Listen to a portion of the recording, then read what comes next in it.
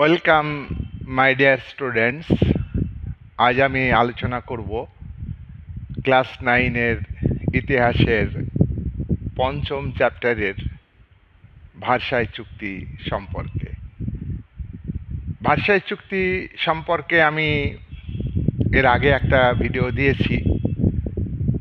Versailles চুক্তির আর্থিক বা অর্থনৈতিক শর্ত আমি আলোচনা করেছি। আজকের আলোচনা হলো ভার্সাই চুক্তির সামরিক শর্ত, মিলিটারি প্রভিশন কী ছিল। তোমরা কথা জানো যে প্রথম মহাযুদ্ধ শুরু হয় 1914 সালে সেরাজেভো হত্যাকাণ্ড হওয়ার সঙ্গে সঙ্গে। 1918 সালে 11ই নভেম্বর অক্ষশক্তির মূল দেশ জার্মানি মিত্রপক্ষ কাছে 11ই নভেম্বর আত্মসমর্পণ করে 1918 সালে।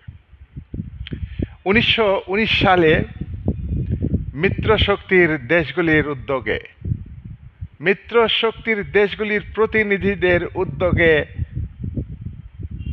ফ্রান্সের প্যারিস শহরে একটি বৈঠক হয়, শান্তি বৈঠক। এই বৈঠককে পিস অফ প্যারিস বলা হয়, প্যারিসের শান্তি বৈঠক।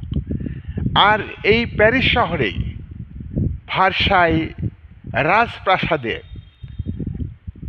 5টা চুক্তি হয়েছিল।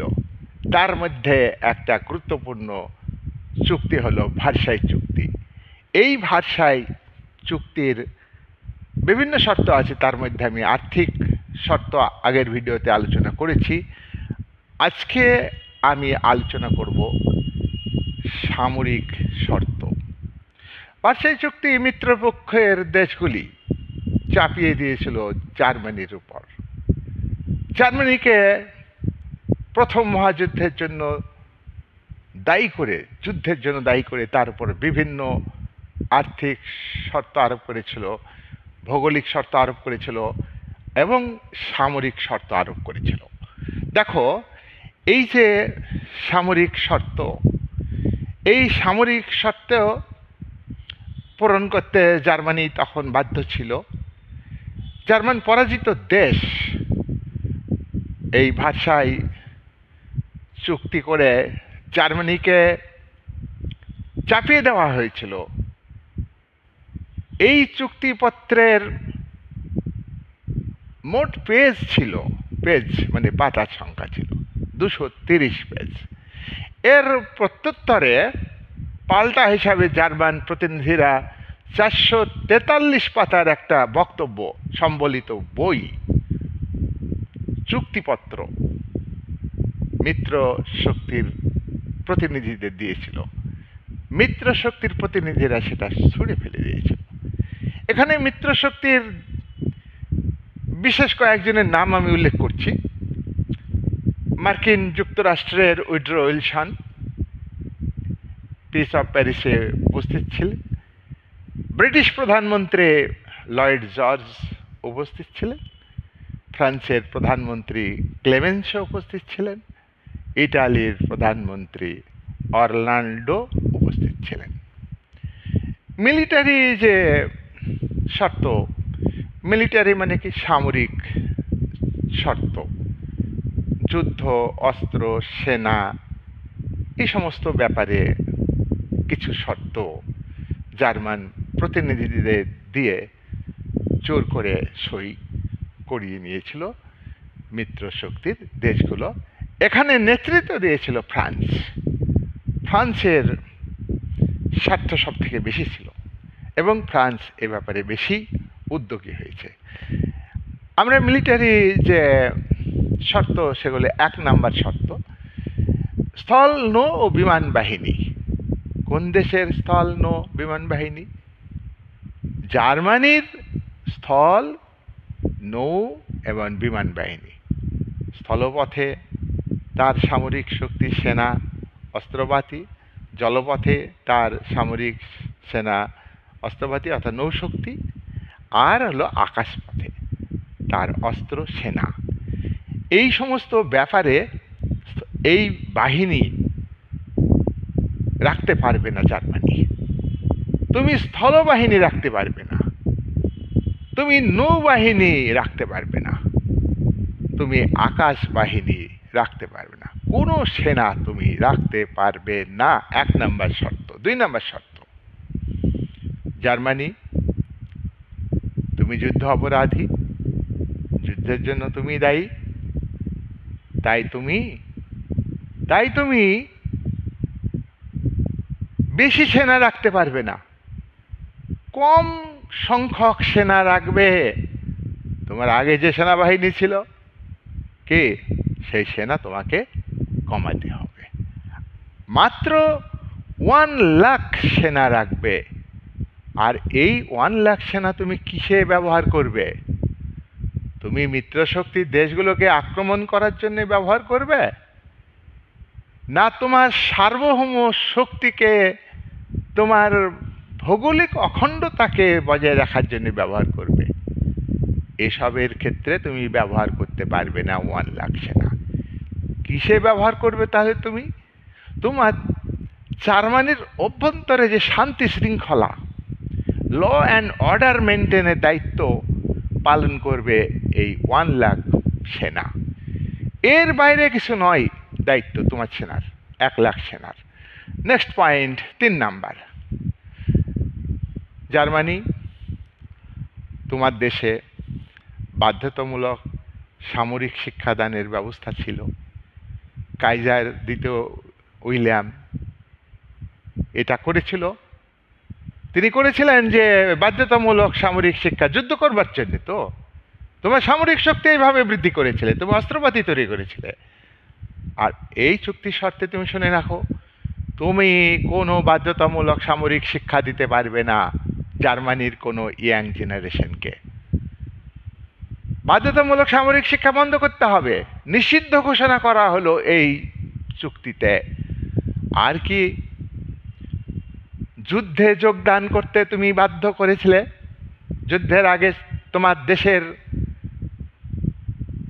মানুষকে যে যুদ্ধে যোগ দাও, যুদ্ধে যোগদান করতে বাউন্ড, এই যে তোমার নীতি ছিল, এই চুক্তির শর্তে বলা হলো তুমি আর কাউকে, জার্মানির কাউকে যুদ্ধে যোগদানে বাধ্য করতে পারবে না, নিষিদ্ধ ঘোষণা হলো। 4 নাম্বার, জার্মানির প্রতিনিধিদের মিত্র শক্তির প্রতিনিধিরা বললেন, কি বললেন? 4 নম্বরে বললেন, জার্মানির তে কোনো যুদ্ধ জাহাজ থাকবে না। তোমার যা যা যুদ্ধ জাহাজ আছে সবগুলি ইংল্যান্ডকে দিয়ে দিতে হবে। যুদ্ধ জাহাজ ইংল্যান্ড পাবে, তুমি দিতে বাধ্য। তোমার কি থাকবে জানো? জার্মান প্রতিনিধিরা, আপনাদের কি থাকবে জানেন? আপনাদের থাকবে শুধু 6টি যুদ্ধ জাহাজ থাকবে। 6টা যুদ্ধ জাহাজ নিয়ে তোমাকে খুশি থাকতে হবে ভাই। আর কি থাকবে? 3টি ছোট ক্রুজার থাকবে, এটাও যুদ্ধের একটা অস্ত্র। 3টি ছোট ক্রুজার, 4টি ডেস্ট্রয়ার থাকবে, যে অস্ত্র ধ্বংস করে আর কি। 4টি মাত্র ডেস্ট্রয়ার থাকবে তোমার হাতে, আর 12টা সাবমেরিন থাকবে। জলপথে যুদ্ধ জাহাজ, সাবমেরিন মাত্র অনলি 12 পিস তোমার থাকবে, বাকি সব দিয়ে দিতে হবে। আর তোমার নৌসেনা থাকবে মাত্র 15,000। 15,000 নৌসেনা থাকবে মাত্র। এই কন্ডিশন তোমাকে মেনে চলতে হবে ভাই। 5 নাম্বার কন্ডিশন কি? Military condition. 5 নাম্বার সামরিক শর্ত কি? জার্মান প্রতিনিধিরা তোমরা শুনে রাখো, ওই যে রাইন নদী আছে, রাইন নদী থেকে 30 মাইল পর্যন্ত, রাইন নদীর উপত্যকা 30 মাইল পশ্চিম দিকে আর কি, রাইন নদীর পশ্চিম দিকে 30 মাইল পর্যন্ত তোমার কোনো সামরিক অঞ্চল থাকবে না, ওখানে কোনো মিলিটারি রাখতে পারবে না খো, ওখানে কোনো সামরিক ঘাঁটি তৈরি করতে পারবে না খো, ওখানে কোনো মিলিটারি অস্ত্রপাতি ওখানে ঘাঁটি তৈরি করতে পারবে না। তাহলে কি হবে? তোমার ওই অঞ্চল অসামরিক অঞ্চলে ঘোষণা করা হইল, ওই অঞ্চল সামরিক মুক্তভাবে চলবে, এটা বেসামরিক অঞ্চল, সিভিল পপুলেশন এলাকাটা, কোনো মিলিটারি ভাই তুমি রাখতে পারবে না। এটা হলো এই বক্তব্য, হচ্ছে 5 নম্বর শর্ত। 6 নম্বর, তোমার যুদ্ধের আগে তোমার সেনাবাহিনীতে সেনাপতি ছিল, মেজর জেনারেল ছিল, একটি হেড ছিল, তার অবসান ঘটানো হলো। যেটুকু তোমার সেনা থাকলো 1 লাখ, তার কোনো সেনাপতি থাকবে না, সেনাপতি থাকবে না, সেনাদের লিডার কোনো থাকবে না। এটা তোমাকে মানতে হবে।